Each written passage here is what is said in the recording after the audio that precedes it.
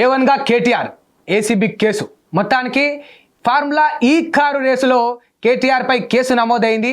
ACB చేతిలో ఇప్పుడు ఆ కేసు నడుస్తూ ఉన్నది. ఇందులో కేటీఆర్ను A1గా మరి అభియోగం మోపినరు. వాస్తవానికి మరి కేటీఆర్ ఈ యొక్క ఫార్ములా ఈ కార్ రేసులో అక్రమంగా డబ్బులు అనేవి ప్రభుత్వ సొమ్మును దుర్వినియోగం చేశాడా లేదా అనేది ఇప్పుడు బిగ్గెస్ట్ క్వశ్చన్ మార్క్గా మిగిలిపోయింది. ఎందుకంటే కేటీఆర్ ఈ యొక్క కేసులో అరెస్ట్ అయ్యే అవకాశం కూడా ఉన్నట్లయితే తెలుస్తోంది. మరి వాస్తవాలు చూసుకుంటే నిన్న జరిగిన ప్రెస్ మీట్లో కేటీఆర్ తెలిపిన అంశాలు ఏంటంటే ఈ యొక్క ఫార్ములా ఈ కార్ రేస్కి అంటే 1-2 కాదు, మనం ఏదో కార్ రేసింగ్ ప్రతి ఏడాది ఏదో వస్తుంది తీసుకొస్తాం అనే విధంగా ఉండదు.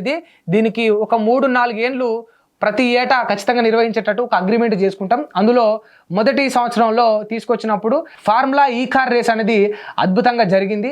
రెండో దాఫాకు వచ్చేసరికి ఎవరైతే ఈ మొదటిసారి నిర్వహించినప్పుడు ప్రమోట్ చేసిన వ్యక్తి ఎవరైతే డబ్బులు పెట్టిరో ప్రమోటరు 110 కోట్లు వెచ్చించిన వాళ్ళకు అనుకున్న లాభం లేకపోవడం వల్ల రెండవసారి వాళ్ళు ఆ డబ్బులు పెట్టుబడి పెట్టడానికి ప్రమోటర్ ముందుకు రాకపోవడం వల్ల ఎట్టి పరిస్థితుల్లో అగ్రిమెంట్ బ్రేక్ కాకూడదు, ఈ యొక్క ఫార్ములా ఈ కార్ రేస్ అనేది ఆగిపోకూడదు. ఎందుకంటే దేశం అంతా కూడా దీని వైపు చూస్తుంది. ఆ ఖ్యాతిని ఆ యొక్క పేరును తెలంగాణ పోగొట్టుకోకూడదనే ఉద్దేశంలో ప్రమోటర్ దొరకకపోవడం వల్ల తప్పనిసరి పరిస్థితుల్లో ముందు డబ్బులు మనమైతే పెట్టుకుందాం, ఎట్లా పెట్టి ఏదో ఒక రకంగా దానివల్ల మార్కెట్ క్రియేట్ చేద్దాం, మళ్ళీ లాభం మనకు వస్తుంది అనే ఉద్దేశంతో కేటీఆర్ గారు ఈ యొక్క 54.88 కోట్లను 2 దఫాలుగా వాళ్ళు ఈ ఫార్ములా ఈ కార్ రేసు యాజమాన్యానికి చెల్లించినట్టు చెప్పిండ్రు. ఇవన్నీ కూడా ఆన్ రికార్డ్స్ ఉన్నాయి, ఇవన్నీ కూడా అధికారికంగానే ఇచ్చినాం, ఎక్కడ కూడా అక్రమంగా మేము చేయలేదని వారు చెప్తా ఉన్నారు.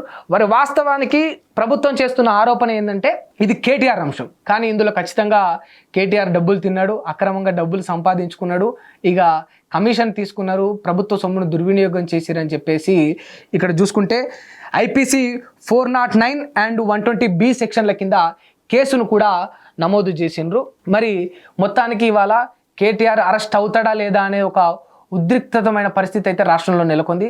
దీనికి క్వాష్ పిటిషన్ కూడా నేడు హైకోర్టులో కేటీఆర్ వేయనున్నట్లయితే తెలుస్తూ ఉంది. తన పైన అనవసరమైన అభియోగం మోపినట్టు, ప్రతి దానికి కూడా లెక్క ఉన్నట్టు తనని ముందుగా పోలీసులు రాకుండా అరెస్టు చేయకుండా జాగ్రత్తలు తీసుకోవాలి, దీనికి కోర్టు సరైన ఆదేశాలు జారీ చేసి తనకు న్యాయం చేసే విధంగా క్వాష్ పిటిషన్ మరి వేయబోతున్నట్లయితే మరి తెలుస్తూ ఉంది. మొత్తానికి కేటీఆర్ ఫార్ములా ఈ కార్ రేసులో అరెస్ట్ అవుతాడా లేదా అనేది వెయిట్ చేయాల్సి ఉంది. హిట్ టీవీ యాప్ ని డౌన్లోడ్ చేసుకోండి. ఇందులో short news, live news, entertainment movies అన్ని అవైలబుల్ గా ఉన్నాయి. Please download hit TV app. Hit TV app. Hit TV యాప్ని ఫ్రీగా డౌన్లోడ్ చేసుకోండి.